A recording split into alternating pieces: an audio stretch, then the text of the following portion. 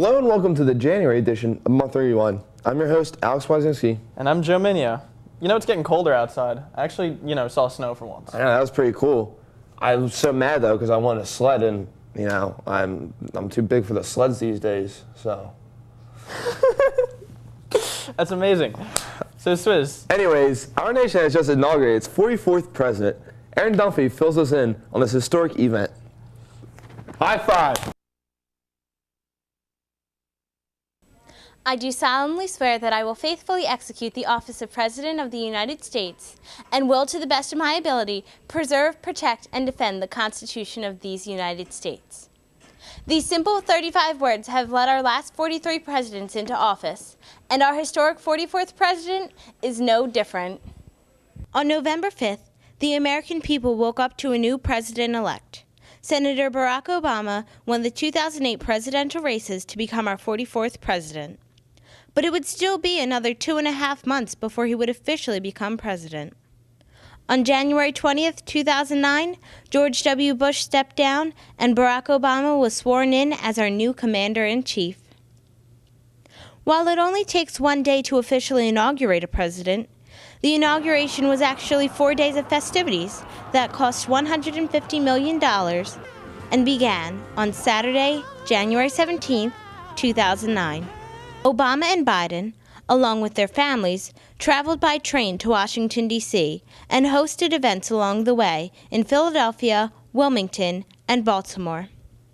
Washington, D.C. kicked off the inaugural events on January 18th with an official welcome concert on the steps of the Lincoln Memorial.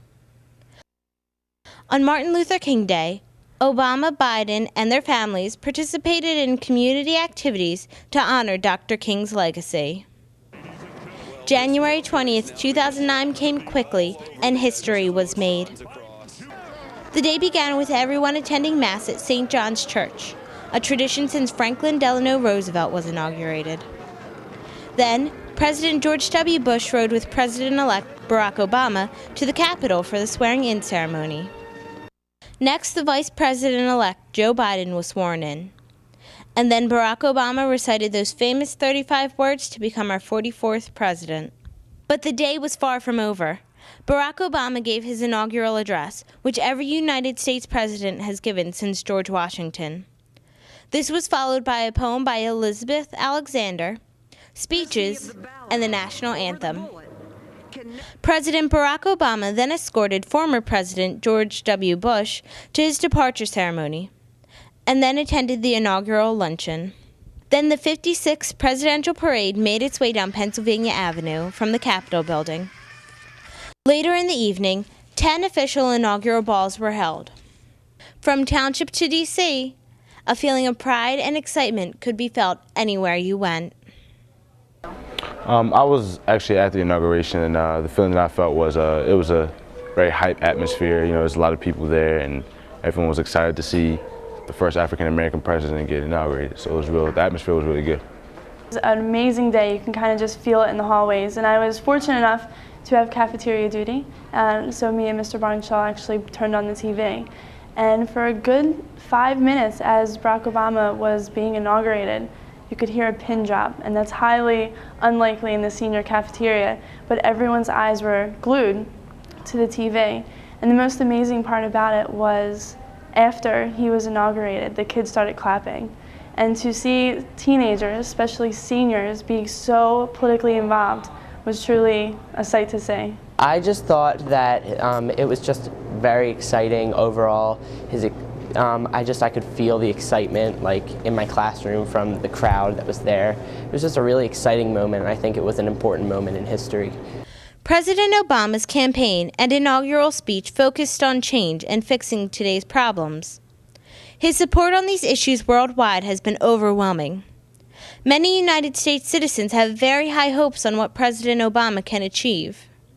To keep inspiring people to take part in the political process. It was amazing to see on the streets in Washington, D.C. the day he was there of so many young people, and that's never happened before in our history. I had students so curious about Barack Obama and what he stood for. I hope that he's different from most politicians, and he just keeps his promises and everything he said he would do. I just hope he just stands by his word. The 2008 elections were historic, to say the least. Watching this inauguration made many people witness to a major part of United States history. These memories are sure to stay with people for years to come.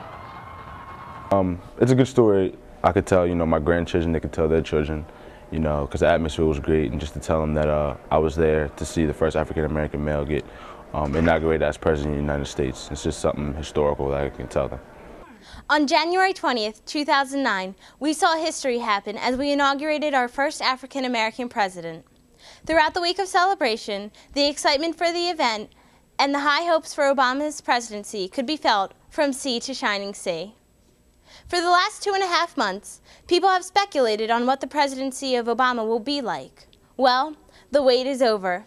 Hopefully, Obama can deliver all the change that he has promised. This has been Erin Dunphy reporting for Monthly Rewind, Season 13.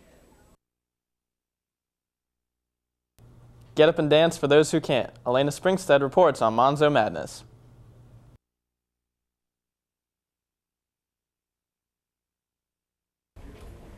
Every high school has their standard homecoming dances, formals, and proms, but Township has an event that's unlike all the rest, Monzo Madness.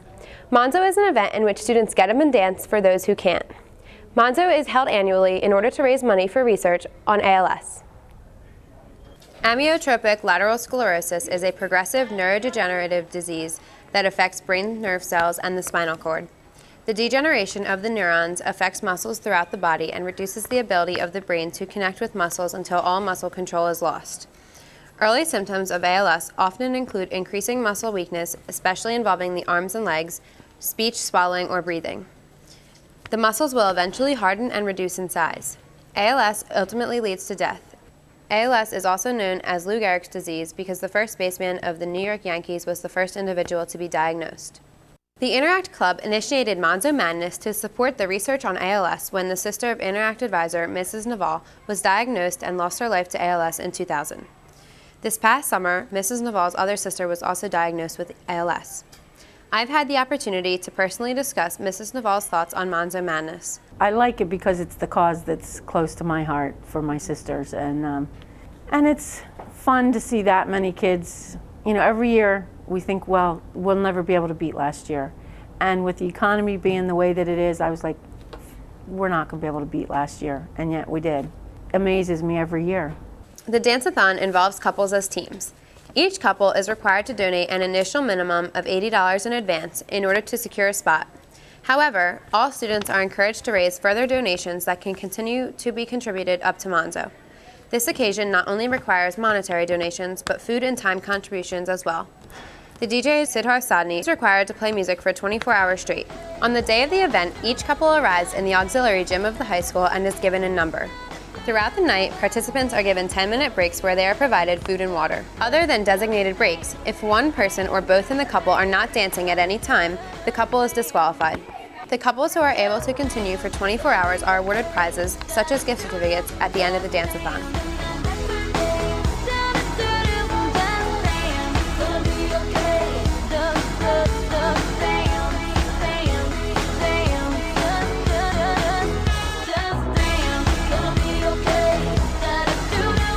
Every student had a different favorite part of Monzo Madness.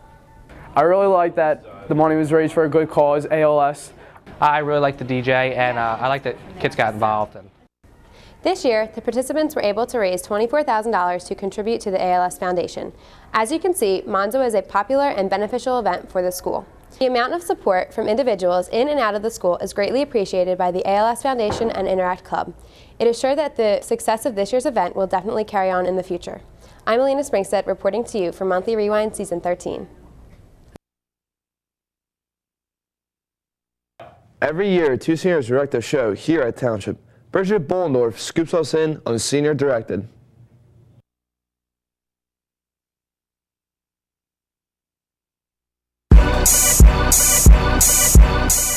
Welcome to Lowe's. Sit back and relax, enjoy the show. Christ will come a-calling, and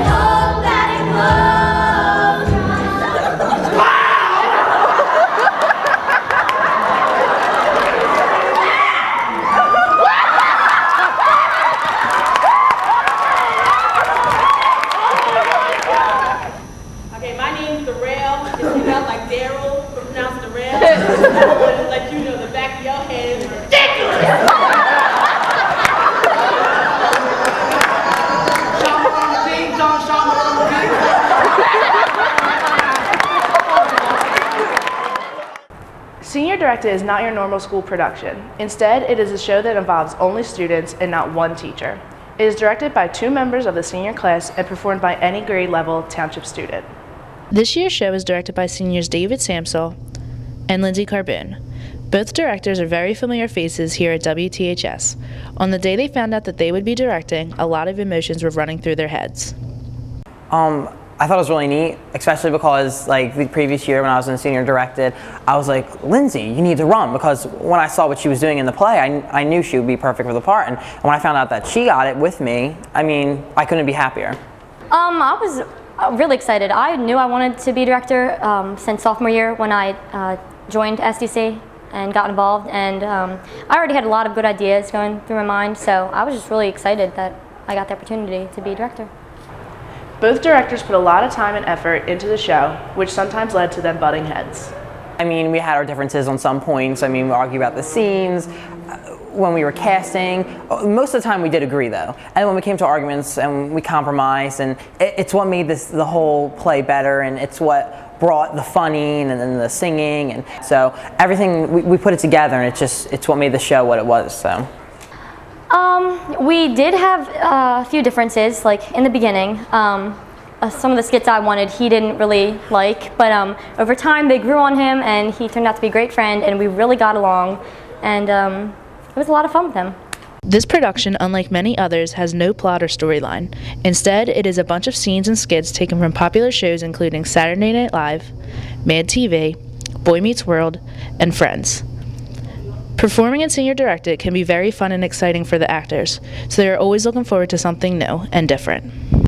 I look forward to working with the cast. It was a really good group of kids, and Dave and Lindsay are 2 of my close friends, so I was excited with working with them and learning how to be louder. It worked out well. I pretty much look forward to everything because it was my first time doing senior directed, so I was looking forward to working with the cast, making new friends, and it was my first time on stage, so I was kind of excited to act. This year's audience was very overwhelming for the cast and crew. It was said that this year's crowd outnumbered the rest in people and laughter. The cast and crew were very pleased and happy with the turnout. I couldn't be any happier. I mean, the first night when I saw people show up, I was happy with, I think it was 90. I was happy with that. I mean, it's always been known that the theater in our school isn't the biggest thing, and especially senior directed, when it's something that the seniors do and it's not professionally done. But the second night, I couldn't breathe. I mean, I was so overwhelmed, I thought my head was going to explode. Like, the side aisles were filled up, and I believe the number is 355, so it was definitely something exciting. The cast and crew didn't let the audience down either. The show was a great success that had the auditorium walls shaking from the crowd's laughter. Every member of the audience left the performance very satisfied. Hi, the show was really awesome. You really do get surprised about how good kids in your grade are at acting, and I'm really excited if there's a second show. Looking to try out, you know, get up there on the stage. But all the actors and actresses did really great, and I'm really proud of the directors, and I hope we can enjoy it again. My reaction to senior directed was, it was pretty good. It was a lot better than I expected. I didn't know it was going to be that funny, and it ended up being really funny. I thought all the actors did a really good job. They were all pretty funny, and it was a quality show. Senior Directed Cabaret is a long-standing tradition here at WTHS that will continue on for years to come. The 2009 performance was a great success, and I applaud everybody that was involved. If you didn't get to see the performance this year, make sure you come out and check out the fun next year. I am Bridget Bollendorf, reporting for Monthly Rewind, Season 13.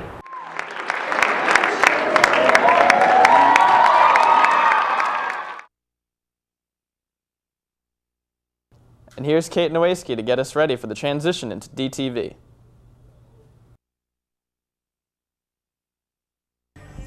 On February 17, 2009, all full-power broadcasting television stations in the United States make the big switch from broadcasting via analog airwaves to broadcasting in digital only. This switch is a very important switch with many positive aspects. Consumers will benefit because the switch will allow stations to offer improved picture and sound quality and more channels. Stations will also be able to air standard definition and high definition programs simultaneously. In addition, the switch will free up valuable parts of the broadcast spectrum for public safety communications such as police, fire, and ambulance squads. With February 17th quickly approaching, many people have concerns as to whether they will be ready for the switch to digital broadcasting. What it's going to do is force you to go digital. The main concern I have is I don't think there are 100% of the people in the United States are prepared to go digital. They've been preparing us for at least 18 months on TV, tests constantly, but still there are older people probably more than anything else that are not prepared, and other people who don't pay attention to things like this. Yeah, I think people are starting to get ready for it, seeing how the date is coming so close now. A lot of people at my job, they're starting to buy converter boxes for different TVs that they have. To make sure Township is ready for the switch from analog broadcasting to digital broadcasting, I researched what needs to be done. First off, the transition impacts those watching free television through rooftop or rabbit ear antenna. If you have a non-digital TV, you have a couple of options. Firstly, there is the digital to analog converter box. To help consumers with the DTV transition, the government established the Digital to Analog Converter Box program. Every U.S. household is eligible to receive up to 2 coupons worth $40 each toward the purchase of eligible digital to analog converter boxes. The coupons may only be used for eligible converter boxes sold at participating electronic retailers, and they must be used at the time of purchase. They also expire 90 days after mailing. Manufacturers estimate that the digital to analog converter boxes will sell for $40 to $70, but this is a one-time cost. I think that just getting the whole entire new TV, it's better to get the converter boxes because the government, they give you the little $40 things, like with little $40 cards, and so you save money with that too. If you don't want to purchase the converter box, you could always buy a new TV. It has to be one with a digital tuner, but does not have to be high definition. But how do you already know if you have a digital television? Most devices have labels or markings indicating they contain digital tuners, or you could read the materials that came with the device to find out. The majority of Americans who grew up watching free rabbit ear television or no TV at all, the switch to digital broadcasting is a big one. If you don't make the necessary changes, you may find yourself waking up on February 17th not able to watch TV. This has been Kate Nowacki reporting for Monthly Rewind, Season 13.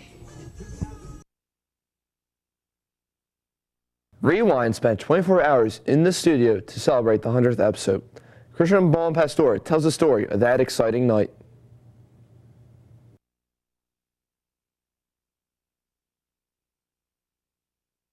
This is Christian Bonpastor coming to you from room E9 in the 1112 building, where it was here 13 years ago that Monthly Rewind first got its start.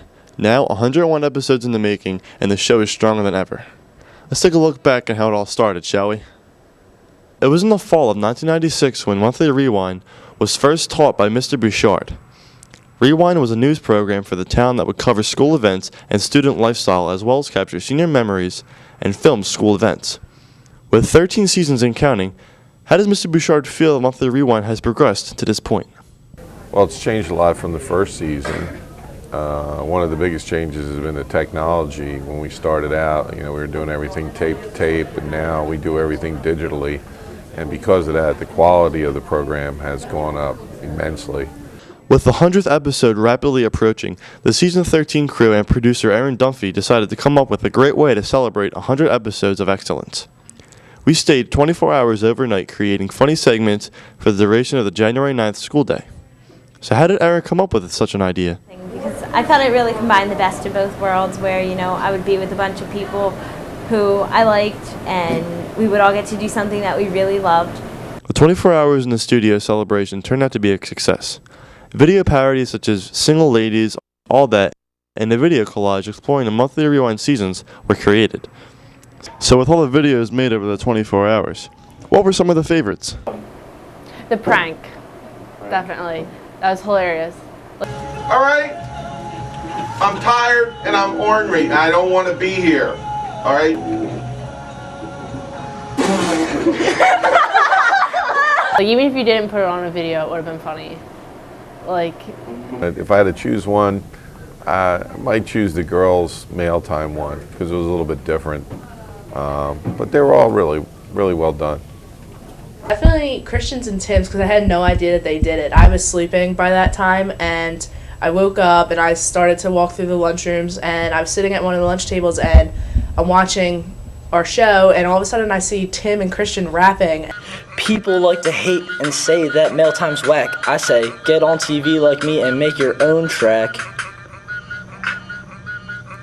And it was like the funniest thing I've ever seen because it was like surprising to me. So In addition to making all the funny videos, it wasn't all for nothing.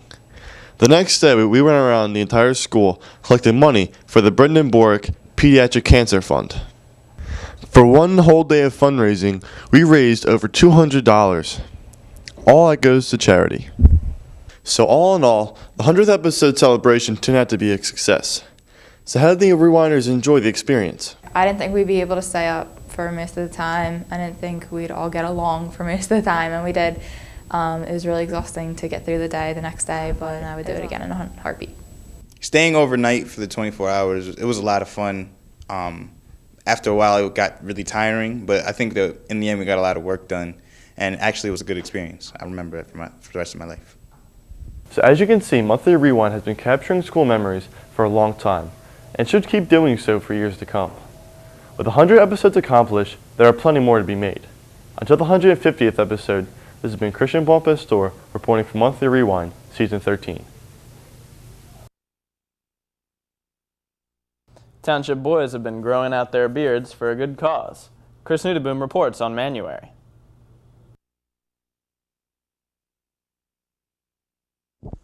With the start of the new year comes a new competition in Washington Township High School. A select elite of 39 students took a vow not to shave their beards for an entire month in order to raise money for ALS charity. This competition is called Manuary. First day of January began on the first day of January and ends on midnight of the last day of January. The competition started last year in Mr. Say's 6th-period economics class, and since then, it has nearly doubled its participants. For this year's competition, every member was provided with an individual ID card specifically made for themselves in order to weed out people joining late. Along with the ID cards, each member was required to donate $5 to ALS Research Charity in order to be considered an active member. While new members cannot be inducted in late, this is not to say that a member can't be kicked out. If a member shaves his beard or does any action deemed unmanly and it is witnessed by another member, their card could be revoked permanently. I had a chance to talk to Paul Bono, the driving force behind the charity collection, to find out more. We chose ALS because Mrs. Naval and the Interact Club were raising money towards ALS, so we decided to help, and also because a former Washington Township High School student's mother recently passed away from ALS. All in all, Manuary 2009 turned out really well. I was surprised how serious people really took it. I just can't wait to see what Manuary 2010 does. Some of the activities the Manuary group participates in is a camp out with no tents, only sleeping bags, chopping down trees, planting new trees, and weekly meetings every Sunday morning at Denny's to discuss the manly things and eat a healthy breakfast. Every Sunday, us lumberjacks, we come to Denny's, we get the Lumberjack Slam. Breakfast is a very important meal for a lumberjack, and there's just no better entree. Your $8.49 plus tax gets you 2 man-sized pancakes, 2 pieces of prime bacon, 2 sausage links, a large piece of ham, 2 eggs, any style. I'm a sunny side up kind of guy. Then hash browns, 2 pieces of toast, any way you like it. In my humble opinion, Denny's food is absolutely delicious. The Lumberjack Slam is 2,200 calories of maple syrup covered manliness. Unfortunately, side effects include upset stomach, nausea, diarrhea, headache, cardiac arrest, and the undying desire to cut down lumber. We come to Denny's every Sunday to get the manliest meal east of the Mississippi. If you're looking for a manly meal in the tri-state area, hands down, this is the place to go. With many copycat programs already surfacing, such as Womanary and No Shave November, there is no doubt that the popularity of Manuary will continue to grow in the future. I'm Chris Steele Nudeboom, reporting to you from Monthly Rewind, Season 13. It's the year of the ox. Mwah. Britt Tartaglia fills us in on the Chinese New Year.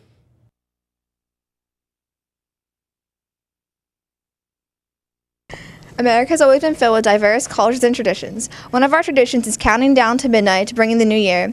However, according to the lunar calendar, there's another new year, the Chinese New Year. The Chinese New Year falls between January 21st and February 20th, according to the lunar calendar created by Emperor Hongdi in 2637 BC. The events of the holiday last 15 days. This year, the New Year starts on January 26th and ends February 9th. Each year is represented by one animal of the Chinese zodiac. This year is the year of the ox. No matter what animal the year represents, much time and preparation goes into the events of the new year. Some of the preparation includes cleaning your house, painting your doors, and getting new haircuts. Two popular cities that celebrate Chinese New Year are San Francisco and New York City.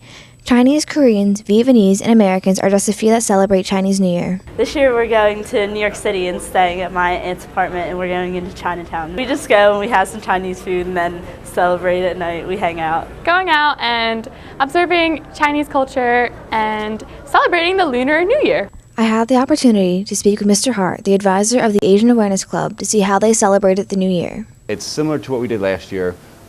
We are going to be doing a presentation all about Chinese New Year or Lunar New Year. A number of students have put together a presentation all about the Lunar New Year and the year that we're going from, the year they're going to, and then we are actually going to have food. Either be playing mahjong, which is a very popular game. Just like any holiday, Chinese New Year comes with traditions and festivities. Some of them include visiting families, cooking extravagant dinners and desserts, praying to ancestors, and participating in parades. Although the events of Chinese New Year are over 4,000 years old, the Chinese New Year parade is a relatively new tradition. The parade started when Chinese immigrants first came to America and wanted to show their culture. It's a mix of American parades and the Lantern Festival. The Lantern Festival marks the end of the New Year festivities. As part of tradition, a sweet rice ball is brewed in soup and eaten. Families light candles and walk the streets carrying lighted lanterns as a way to guide their ancestors' spirits home. The Chinese New Year is a holiday filled with culture, lights, and tradition. Being that it's been celebrated for over 4,000 years, it is sure to be around for many generations to come. This has been Brittany Tartaglia from Monthly Rewind Season 13, wishing you Kong Hao Sun Hai. Here's Alex Swazinski to give us his movie reviews.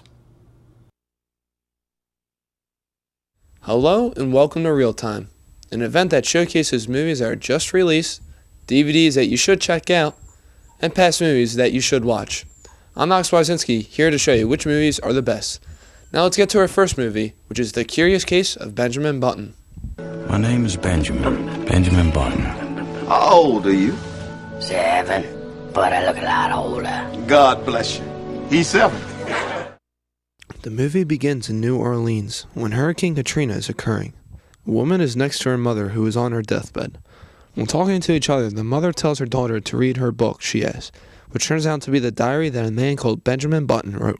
The movie then flashes back to the birth of Benjamin Button, who was born as if he was in his 80s and ages backwards. Benjamin goes through love, war, and some thrilling events. This movie is an adaptation of the 1920s story by F. Scott Fitzgerald. All in all, I was very pleased with this movie. Brad Pitt was amazing in his part, and so was everyone else that was involved with this film. I was really blown away by the CG that they did on this film. It was incredible on how they did some of the shots. The ending is sad but expected, and I thought the whole flashback story was kind of a neat twist. On the bad side, it did kind of seem like a new Forrest Gump. The way the story was told, I felt as if I heard it already. The other thing too was that I thought it was unnecessarily long. The beginning especially could have been shortened down a lot. But with those being the only negatives about the flick, you should definitely check this out, considering that it has multiple nominations from the Academy Awards, including Best Picture. I give it 4 stars out of 5. Now for this month's DVD review. This month's DVD is Burn After Reading. Madola found like this CD just lying in a locker. On the floor there? Yeah, and it's these files, man. I'm not comfortable with this. It was just lying there. You should put up a note in the ladies' locker room. Put up a note? Hello? Did anybody lose their secret CIA stuff? I don't think so. Burn After Reading is from Joel and Ethan Coen, the directors that brought you the Oscar-winning No Country for Old Men and The Big Lebowski. Burn After Reading stars Brad Pitt, George Clooney, Frances McDormand, and John Malkovich. Chad Feltheimer works at a local gym and finds a disc there. He thinks it's CIA material and tells Linda Litsky, who is a gym employee, about it. Their goal is to blackmail Osborne Cox, who got fired from his job at the CIA, and somehow the disc was left there. During this cat-and-mouse game, Mrs. Cox is having an affair with Harry Farr, and Osborne tries to figure out why his wife keeps disappearing. I thought the movie in general was a bit confusing. With multiple storylines, I kind of lost track of which was which. There are some funny moments, but not enough to keep me in stitches. For the special features, I was disappointed. Burn After Reading has just 3 documentaries about the movie, and that's it. With confusing bits in 3 documentaries, Burn After Reading is still a movie worth watching, and you should at least rent it. Now it's time for my top 3. Each month I pick the top 3 movies from certain categories such as action and horror films that I think are the best. This month's top 3 is superhero films. Number 3 is Iron Man. Great acting and wild action sequences make this blockbuster a hit. Number 2 goes to Spider-Man 2. This movie interprets who Spider-Man really is and shows how Peter Parker struggles with life. Number 1 is The Dark Knight. Amazing acting performances plus an interesting story equals an amazing flick. This movie shows who Batman really is. Movies have been around since the beginning of the 20th century. There have been many classics throughout the years. This month's blast from the past is Mr. Smith Goes to Washington. Mr. Smith Goes to Washington stars as James Stewart, who stars as a naive, idealistic man called Jefferson Smith. He is appointed leader of the Boy Rangers, and other politicians are not happy with this. While in position, Mr. Smith discovers many problems with the political process and leads into a conflict with Jim Taylor, who is played by Edward Arnold. Mr. Taylor tries to corrupt Mr. Smith and tries to make a scandal about Mr. Smith. This movie shows the importance of acting without any flashy special effects. Jimmy Stewart is amazing in his role and shows the passion of acting in this film. With a great story and incredible acting, this is one of those movies that you just have to watch. Well, that's all the time we have for this month. Tune in next month to see what movies you should check out next. Have a good evening.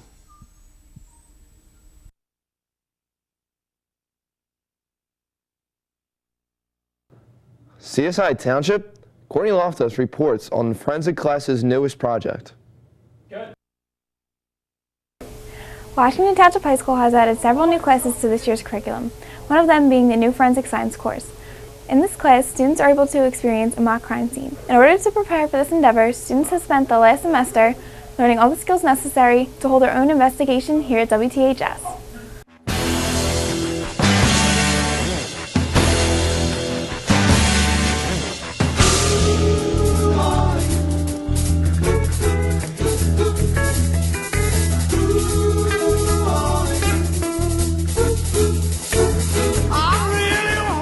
The new forensic science course covers topics such as fingerprint analysis, tool mark evidence, blood spatter analysis, crime scene photography, fiber analysis, anthropology, and several other topics. Prior to the start of the crime scene investigation, students were lucky enough to listen to 3 members of Philadelphia's FBI evidence response team.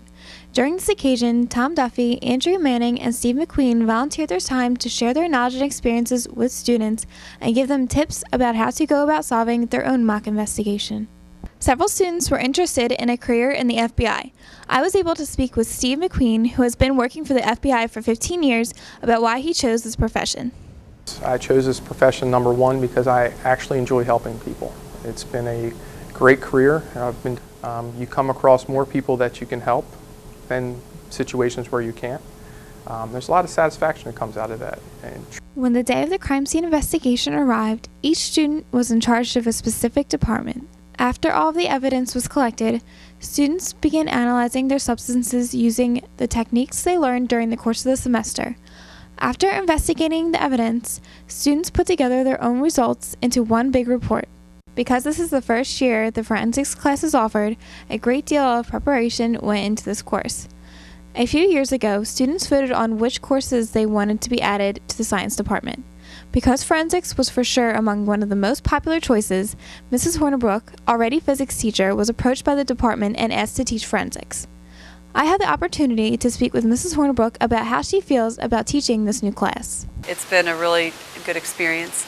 I think that the most enjoyable part has been the kinds of students that have taken the class. It's across the board, all kinds of students that take all different kinds of courses throughout their day. I think it's fun just to watch them get into the different labs especially. They seem to really enjoy the labs. At the conclusion of this course, many students had their own feelings about what they enjoyed most.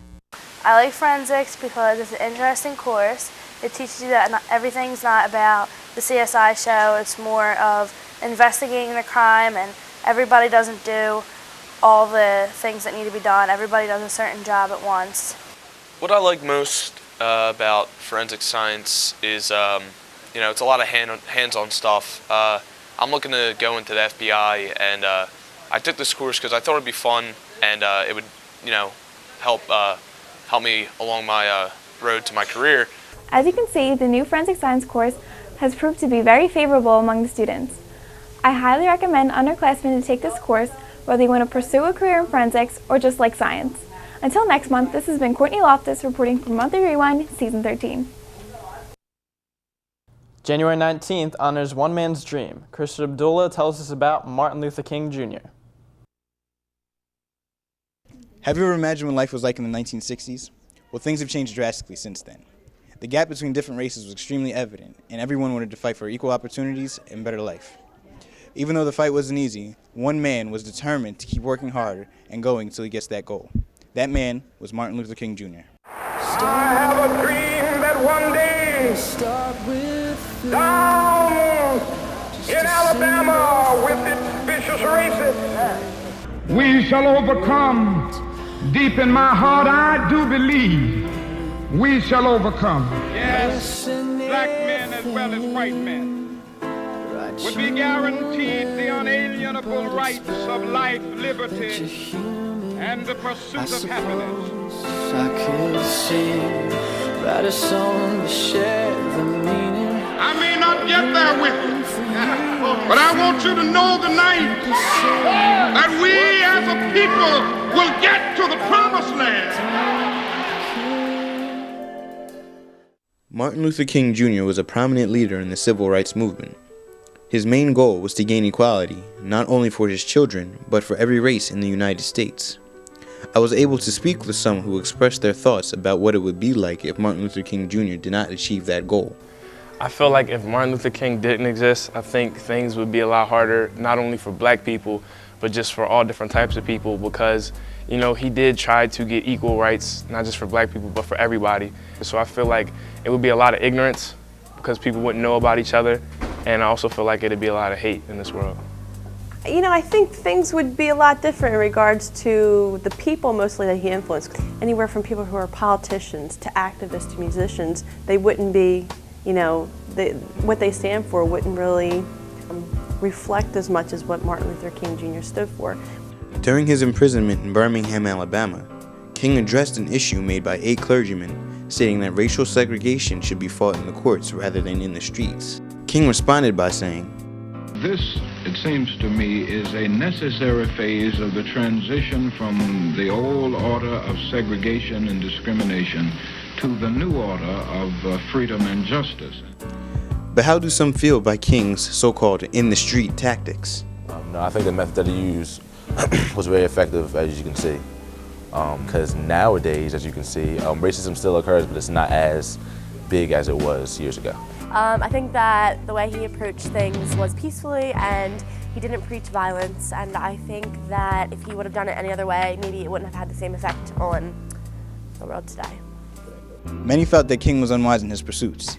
Even some other civil rights leaders, such as Malcolm X, who had a more radical approach to it. His philosophy. The white man pays Reverend Martin Luther King, subsidizes Reverend Martin Luther King, so that Reverend Martin Luther King can continue to teach the Negroes to be defenseless. That's what you mean by nonviolence. Be defenseless. Be defenseless. In the end, King's strategy was effective.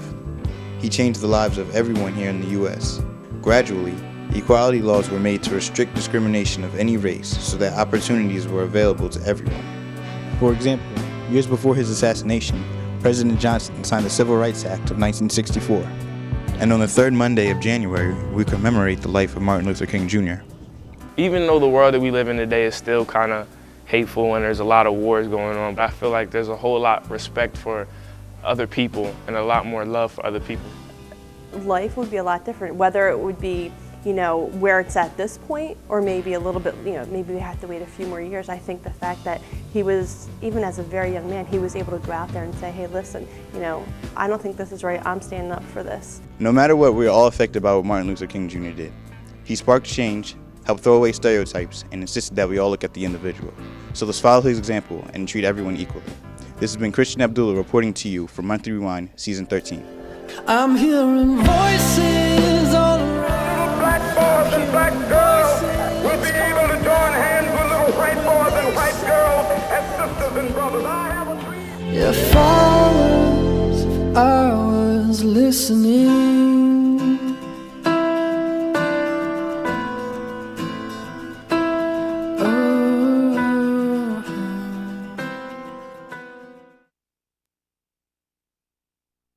Now here's Mail Time with Joe Minio.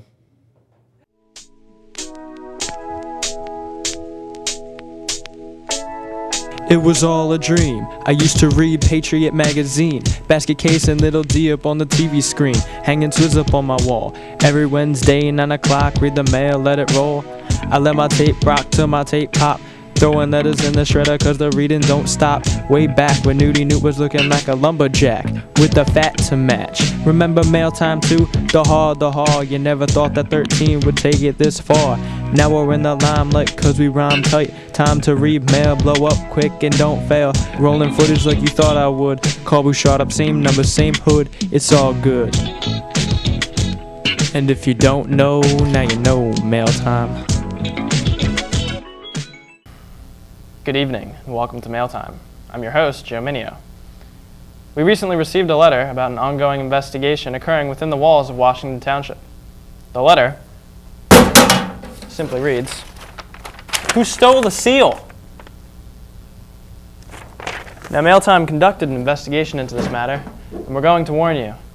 The content of this story is graphic in nature, and viewer discretion is advised. A man of many talents.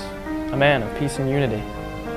Steve Romano's life was turned upside down in the blink of an eye that fateful night when the beloved family seal was kidnapped and dismembered just nights before Christmas.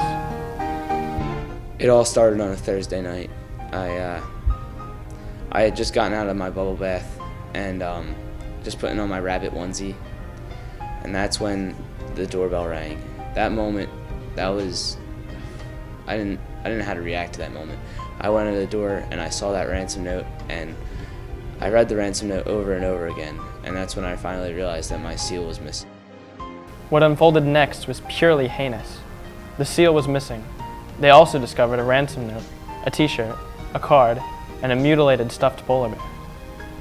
The next day, they went to sleep believing the seal would be safe so long as demands were met. Once I realized that the seal was gone, I got my first text message from the culprit, and they told me that if I didn't meet their demands, that then the seal would then get it, and I could tell they really meant business. They even sent a picture of the seal with the blindfold on and in some kind of form of torture. Steve held strong, even as he was hand-delivered one of the flippers from his beloved seal. Soon, the texts turned into games. The texting went on for another 20 to 30 minutes before I finally called my friend John, who then came over, and we were just trying to find out who the culprit was. There it was, just sitting on the table. The seal's flipper. What kind of demented freak destroys a seal? My pet, my friend. I'm sorry, I can't do this anymore. It led him on a night-long scavenger hunt across Washington Township in search of the pieces of the seal which had carefully been dismembered and spread out for the amusement of the culprit. During the investigation, an informant we'll call Jane came into the studio requesting not to show her face. She explained how she saw the person taking the seal and making the note. Yeah, I saw who did it. I saw them put the seal in the mailbox. It's pretty funny, not gonna lie. Hey, who did that? I still think about this every day, and it just hurts me, and I can't get over the fact that they would do such a thing to a seal. If you're watching and I find you, I will. If I just hadn't taken that bubble bath that day, I would have been watching from my window as the person stole the seal. I can't even miss one bubble bath. They're like an addiction. Soon after the show was taped, we were flooded with mail about the incident. After the investigation concluded, authorities revealed the true identity of the suspect that had been caught and put to justice. That person was... Breaking news! Earthquake rocks Washington Township.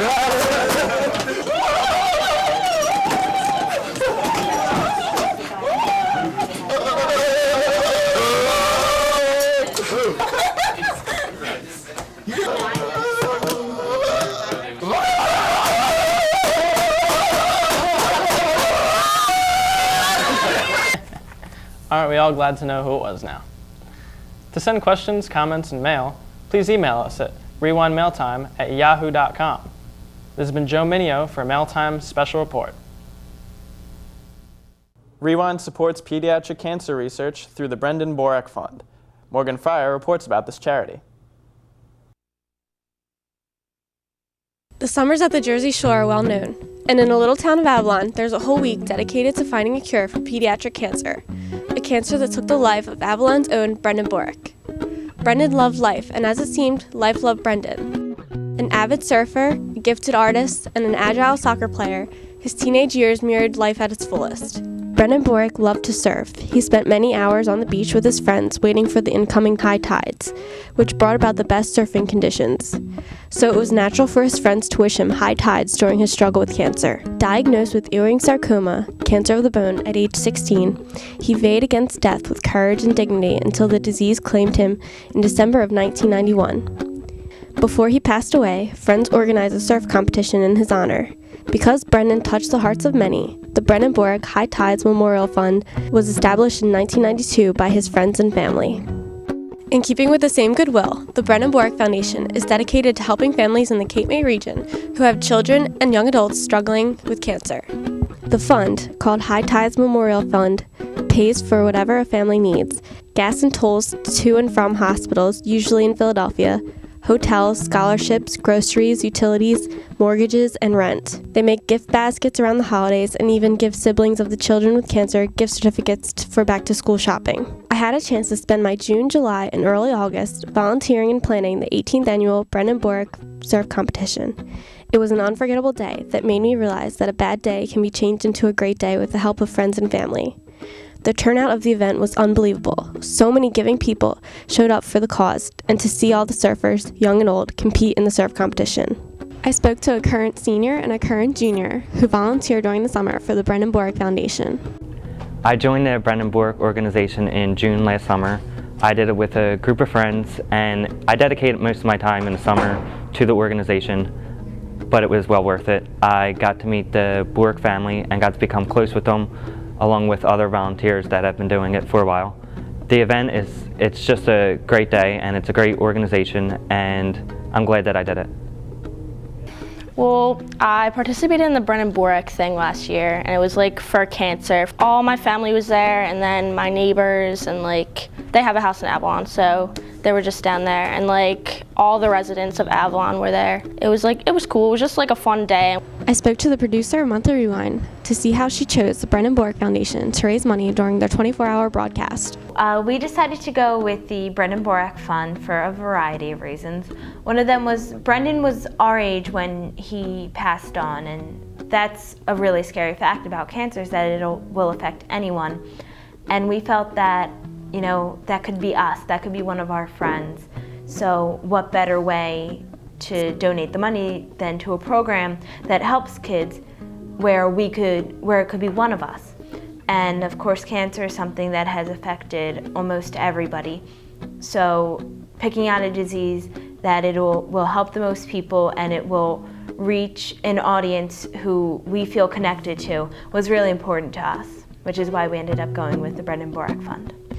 The Brendan Borek Foundation is a nonprofit organization dedicated to helping families with children and young adults struggling with cancer.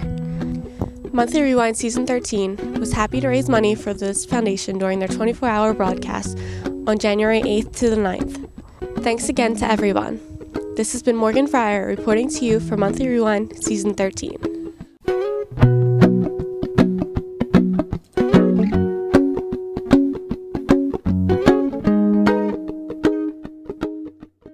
The cheerleaders are going for another state title.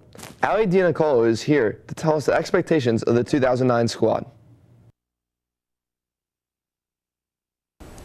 About 30 years ago, the activity of cheerleading may very well have not been considered a sport. It mainly consisted of a group of girls in cute outfits with pom-poms cheering on their home team. Their specific goal was to keep their fans up on their feet and rooting. But the image of a cute girl on the sidelines has definitely taken a dramatic turn the past few years. Cheerleading is not only the most popular sport, It is also now the nation's most dangerous sport. Cheerleading has definitely given itself a new image. Introducing World Cup shooting stars. Let the sun shine. Let the sun shine in. The sun shine in. Let the sun shine.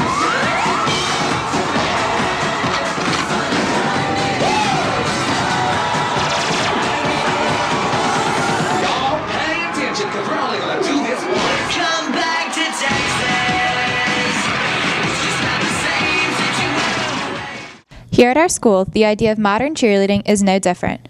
When the winter hits, our cheerleaders put down their pom-poms and begin preparing for their upcoming competition season. Besides cheering on our girls and boys basketball teams, the cheerleaders also compete on the weekends. The Township cheerleaders are 11 times defending conference champions and 4 times state champions. With all these titles under their belt, it's not hard to believe that these girls put in hours of hard work every week. Some people may ask how the girls still enjoy their sport even after the rough schedule it asks for. I enjoy cheerleading because it's the only sport that I've been doing since I was 3 years old, and it keeps me occupied. I enjoy cheerleading because it's fun and we always win, so that's really exciting. I enjoy cheerleading because I've been doing it since I was so young, so I'm just so used to doing it. Just like any other team, there is one specific reason why the girls put in so much time dedicated to their practice. At the end of every day's practice, the entire team comes together and they all have one goal that they are inspiring to. The main goal of our team is to keep defending our titles and to just enjoy each other's company at practice and enjoy the sport. The main goal for the team is to win conference and keep our titles. Our main goal for the team is probably just to do well at every competition and keep our titles. But even after hours of practice and weekends full of competitions, some people are still questioning whether cheerleading is truly a sport. Cheerleading is a sport because it takes a lot of time and it's very strenuous to lift other people up in the air. I think cheerleading is a sport because it's very dangerous. We have to lift other girls up in the air and there's a lot of injuries involved. In August of 2008, the National Center of Catastrophic Sports Injuries reported cheerleading to be the most dangerous sport for men and women to partake in. In a study of 1 year, 2/3 of ER emergencies were dedicated to cheerleaders. Injuries ranged from sprained ankles to fractured vertebrae to death. Cheerleading has definitely not found itself in a safe zone. Every cheerleader can agree that their sport is one to be cautious of. Cheerleading is a dangerous sport because we lift athletes, not weights. And we get injuries almost every day from people landing on us and stuff like that. From jumping up and down in skirts to sticking one-legged stunts, cheerleaders have taken their own sport to a new level. Our Township cheerleaders strive to be the best and work hard, so good luck to you girls this year. This is Allie DiNicolo reporting for Monthly Rewind, Season 13.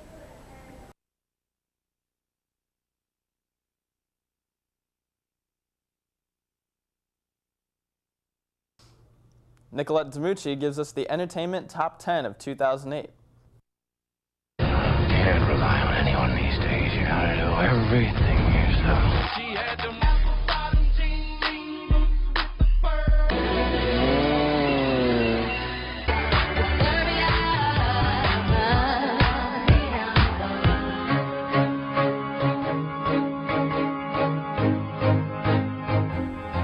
The year 2008 had many memorable moments in the entertainment industry. Each year, songwriters, music artists, and filmmakers strive to achieve a spot on the top 10's list of the year. In 2008, the list of top songs and albums included outbreak artists as well as veterans to the charts, along with an artist who achieved 2 spots in the top 10. The top movies of 2008 combined the talents of extraordinary writers, directors, and actors to create outstanding motion pictures. From a little robot named Wally to an unforgettable performance by Heath Ledger portraying the Joker in the Batman film The Dark Knight. iTunes revealed its top-selling albums and songs for 2008. Coldplay topped the iTunes sales chart as Viva La Vida ranked number 1. Jack Johnson's Sleep Through the Static and the Juno soundtrack rounded out the top 3, with Lil Wayne's The Carter 3 securing the 4th spot. Outbreak artists Leona Lewis and Sarah Bareilles clinched the 5th and 10th spot for their albums Spirit and Little Voice. Aside from Juno, 6th and 9th place also went to soundtracks for the movies Across the Universe and Once.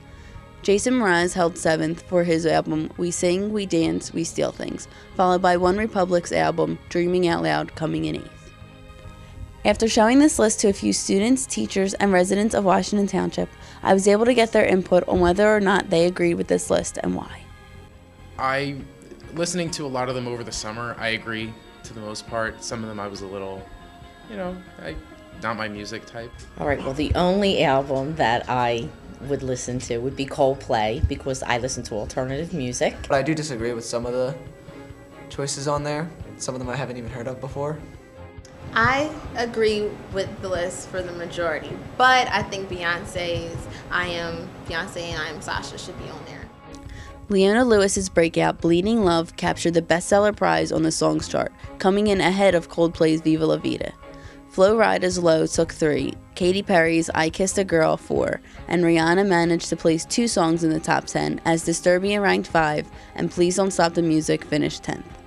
Lil Wayne came in 6th for his single Lollipop, followed by American Idol winner Jordan Sparks and Chris Brown for their duet No Air. 8th place was given to Natasha Bedingfield for Pocket Full of Sunshine, and the single Love Song by Sarah Bareilles came in 9th. Since everyone has a different taste in music, everyone has different opinions on what songs they feel should be in the top 10. I like Flo Rida, Low. I do teach in the city of Philadelphia, so I know all the words. But other groups I wish were on there would be The Killers. The new group, Kings of Leon, just came out. Well, I thought all the songs on there deserved to be on that list, except I was kind of surprised with No Air. I thought that it was a good song, but not good enough to make the top 10. According to Time magazine's Top 10 Movie List of 2008, the Oscar-winning film No Country for Old Men came in 10th, with The Curious Case of Benjamin Button, the story of a man who is born old and grows younger each day, coming in at 9th. The superhero hit Iron Man obtained 8th on the list. The 7th spot went to The Wrestler, starring Mickey Rourke in his comeback performance. The Counterfeiters placed 6th, and the film Milk took 5th, with yet another great performance by Sean Penn. Slumdog Millionaire took 4th, while Man on Wire came in at 3rd. 2nd place was Disney Pixar's WALL-E, featuring a little robot that captured the hearts of many. The number 1 movie of the year, according to Time magazine, was the Batman film The Dark Knight, starring Christian Bale as Batman and the late Heath Ledger portraying the Joker in an unforgettable performance despite his untimely death. Of the top 10 movies of 2008, I had the opportunity to find out which one people liked the most. Dark Knight, because it was awesome. If you take Heath Ledger and put him in you didn't even know it was him. If you can act so good that people can't recognize you as being the character, then you're just God. 2008 was filled with unbelievable talent in both the music and film industries. The collective works of the artists, directors, writers, and actors created a year of unforgettable entertainment for all generations. We heard music from new artists as well as old favorites and saw films that are sure to go down as all-time classics. We witnessed an unbelievable performance from an actor who is sadly missed by many, but will always be remembered for the role of his lifetime. Hopefully, the top 10 lists in entertainment for 2009 will be able to top 2008's. But until then, this has been Nicolette Tamucci reporting to you for Monthly Rewind Season 13. National Honor Society inducted their newest members. Steve Romano fills us in on this ceremony. The National Honor Society was created in 1921. For almost 90 years, it has established itself as one of the nation's premier organizations in recognizing high school students. More than just honor roll, NHS established its memberships on service, character, leadership, and scholarship. Over 1 million students participate in NHS, and Washington Township High School is proud to keep up the tradition. To qualify for NHS, students must first have an cumulative average of 93. The application asks for students to show how they meet the criteria to become an NHS member. National Honor Society advisor, Mr. Anderson, explains what they look for while going through the applications. When students are chosen for the NHS, the Faculty Council looks for basically the 4 pillars of NHS: scholarship, leadership, character, and community service. And they go through the applications looking for those things in mind. And there are minimum requirements for students to be admitted into NHS, but the most basic requirement is a 93.00 GPA. That gives the students the right to at least apply for NHS, and then from there, the committee looks at the things that I already mentioned. On January 14th, the induction ceremony was held for NHS members. This year, 117 new members were accepted in NHS, making 218 active members. The annual event took place in the CBAC, where friends and family were invited to watch as new members were inducted and current members were recognized, along with a sponsor of their choice.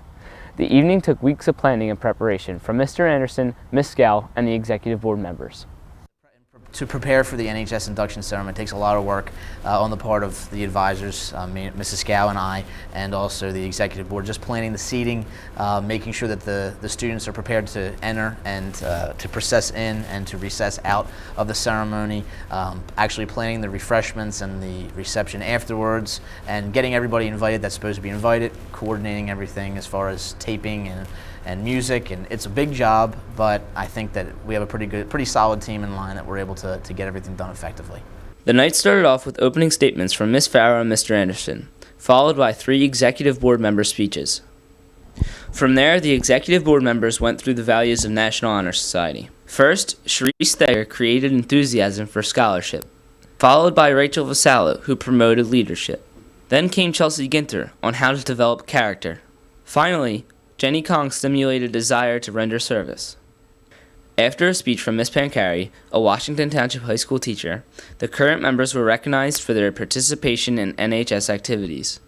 The current members are all seniors who have picked a sponsor who has had a positive impact on their high school career. My sponsor was Bernina Sokolowski. She's my violin teacher. She's my sponsor because she's been a major influence in my life. I've been taking lessons with her for 9 years, and she's a great role model. So, my sponsor was Mrs. Ann O'Neill, and I picked her because I've known her since the 6th grade, and she helped me with college, and she's a really great person. When their name is called, Mr. Anderson or Ms. Scow reads a prepared statement from the student to the sponsor on how the sponsor has motivated them throughout high school. Courtney Loftus to Tanya Dargish, athletic trainer. Mrs. D, these In return, the sponsor places a stole on the shoulders of the current member. being there for me. Hopefully one day I'm as great an athletic trainer as you. After all the current members are recognized, new members are inducted, starting with new senior inductees. Then, junior inductees. Executive board members Aaron Dunphy and David Samsel read the new inductees' names as they receive certificates and pins from the principals. The night is concluded with the NHS oath for the new members and closing remarks from Ms. Scow. Students and parents then made their way to the cafeteria, where refreshments were ready to honor the new NHS members. The purpose of the reception after the NHS induction ceremony is basically a gift from the seniors who were previously inducted. That's their gift to people that were inducted that evening, just saying, welcome to the NHS. It's a very elite group of students. We do a lot of different activities, and this is our way of saying welcome to the group. Come, bring your parents, and enjoy some snacks. This year's induction ceremony was very successful. Job well done to Mr. Anderson, Ms. Scow, and the executive board members.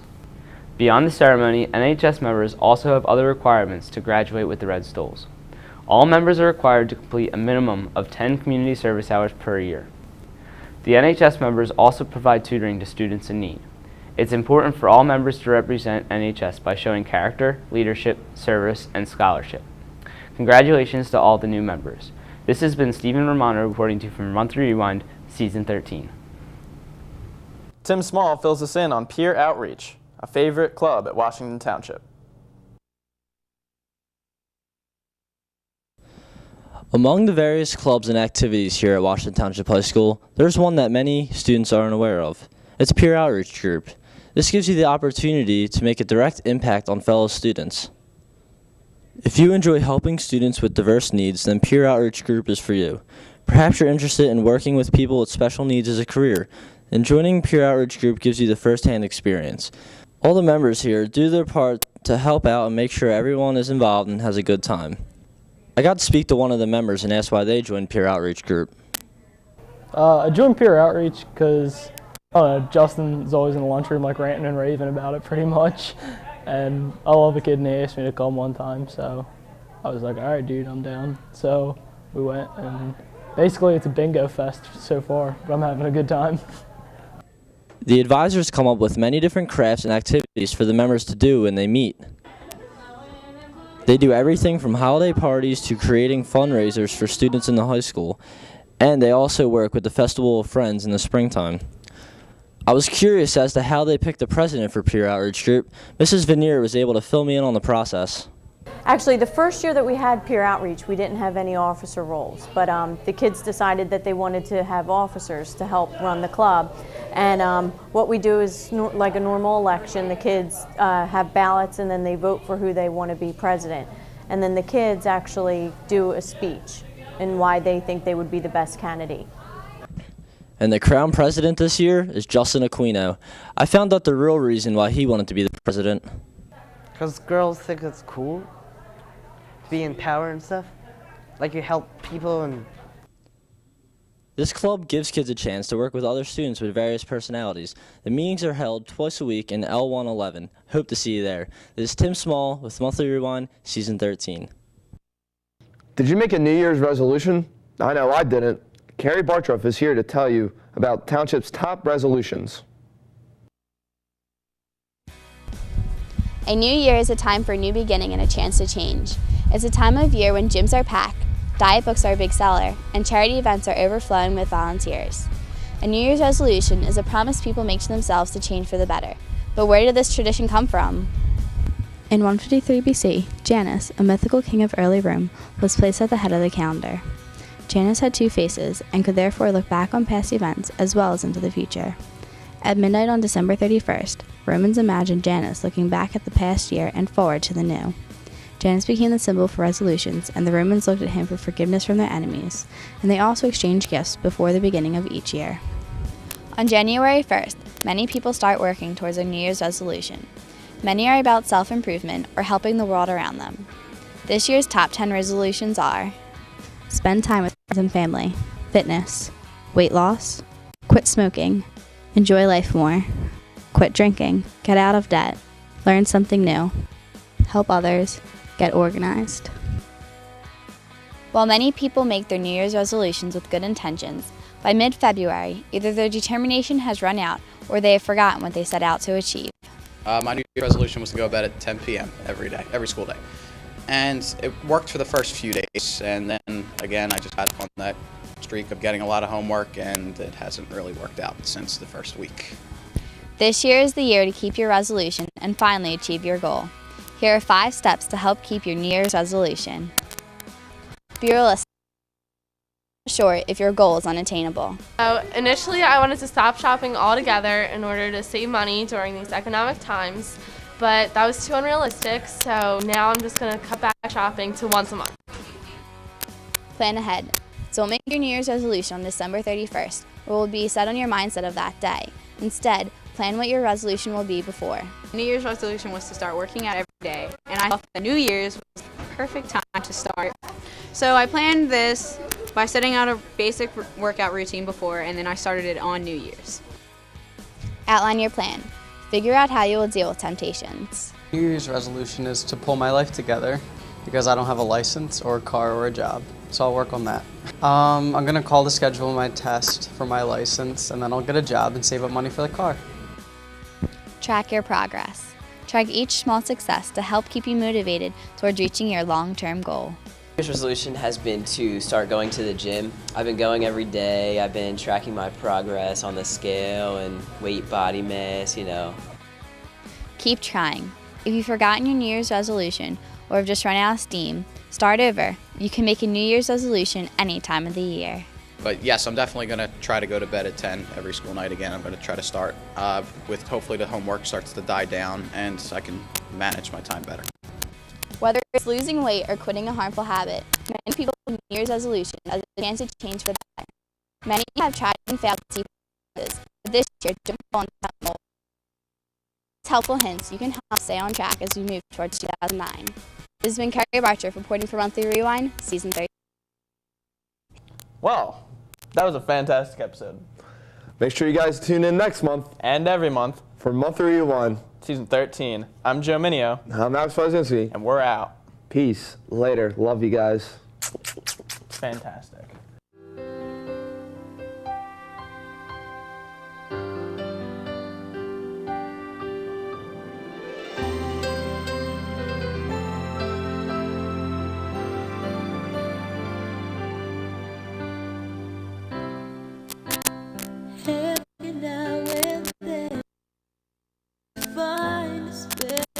friend who never lets us down.